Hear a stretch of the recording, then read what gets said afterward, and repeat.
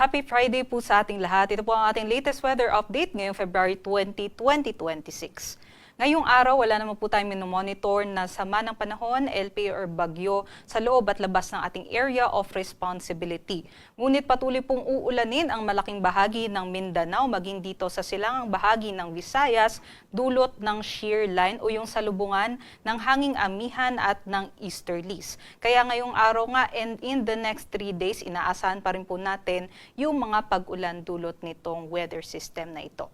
Samantala, yung amihan naman po natin ay patuloy pong bumubugso at ngayon nakakaapekto naman po sa May Luzon. Kaya ngayong araw, ang forecast po natin dito sa May Luzon area, expect po natin yung maulap na panahon na merong mga mahihinang mga pag-ulan sa eastern section ng Luzon. So dito po sa may Cagayan Valley, down towards Aurora, Quezon, and also dito rin po sa may Bicol region. Aside po dyan, yung ilang bahagi din po ng Cordillera Administrative Region ay makakaranas din po ng maulap na panahon at mahihinang pag-ulan.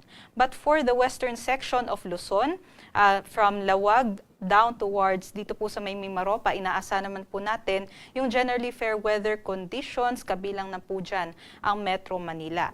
At ang agwat ng temperatura po natin dito po sa may Lawag, 24 to 32 degrees Celsius. Medyo mababa po dito sa may Tuguegarao, 24 to 29 degrees Celsius. Maging sa may Legazpi, 25 to 29 degrees Celsius. Sa may Baguio, 14 to 24 degrees Celsius. Sa Metro Manila, umiinit na nga po ng bahagya, 22 to 31 degrees Celsius. Pati na rin po sa may Tagaytay, 21 to 28 degrees Celsius.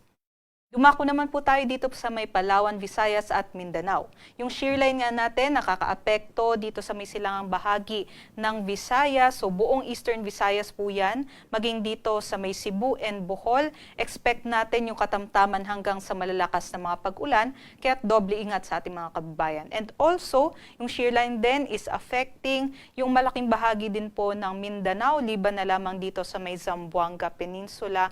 Although yung Sulu po ay kasama pa rin sa maaaring ulanin itong shear line.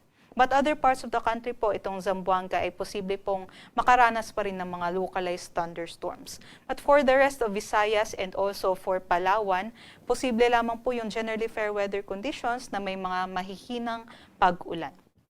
Ito naman po yung ating mga agwat ng temperatura dito po sa Visayas, Palawan, and Mindanao. Inaasahan po natin mabababa po ang temperatura dito po sa silangang bahagi ng Visayas and Mindanao dahil po yan sa shear line. So for Tacloban, 24 to 29 degrees Celsius. Sa may Cagayan de Oro, 24 to 28. Davao, 24 to 27. Mainit naman po ang ating panahon dito sa may Zamboanga. So 25 to 33 degrees Celsius po sila ngayong araw. And then for Cebu, 26 to 29.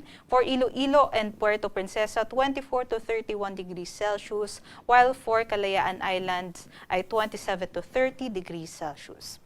Dulot po ng shear line, may nakataas po tayong weather advisory kung saan inaabisuan po natin yung ating mga kababayan na mag-ingat dahil posible yung mga pagbaha at pagguho ng lupa, dulot ng mga katamtaman hanggang sa malalakas na mga pag-ulan, especially dito po sa mga areas na naka-orange. So ito pong sa may Davao Oriental and sa may Surigao del Sur, ngayong araw ay posible po yung mga malawakang pagbaha dahil sa mga epekto nitong shear line, kagaya nga po ng malalakas na mga pag-ulan.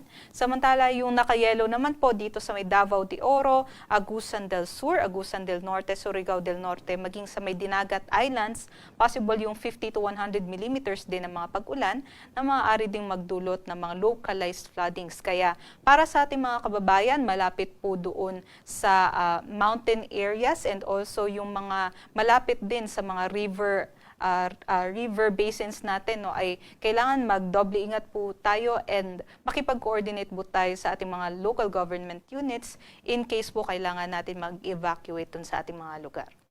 And for tomorrow, mababawasan naman po yung mga pag-ulan, although possible pa rin po yung mga localized floodings and mga landslides dahil sa malalakas na pag-ulan sa may Davao Oriental, Surigao del Sur, Agusan del Norte, Surigao del Norte, Dinagat Islands, and part na rin po ang Southern Leyte. Dahil inaasahan natin yung shear line or yung axis po nitong shear line ay aakyat po patungo sa may Eastern Visayas in the next few days. At para sa kalagayan ng ating karagatan, wala naman po tayong nakataas na gale warning, kaya't malaya din po makakapaglayag yung ating mga kababayan. Para dito sa Metro Manila, ang araw po'y sisikat mamayang 6:18 a.m. at lulubog naman mamayang 6:02 p.m. Para sa mga karagdagang impormasyon, bisitahin po ang ating social media accounts at para sa mas detalyadong impormasyon, bisitahin din po ang ating website sa pag-asa.usc.gov.ph at sa panahon.gov.ph. Muli ito po si Lian Loreto. Doble ingat po sa ating lahat.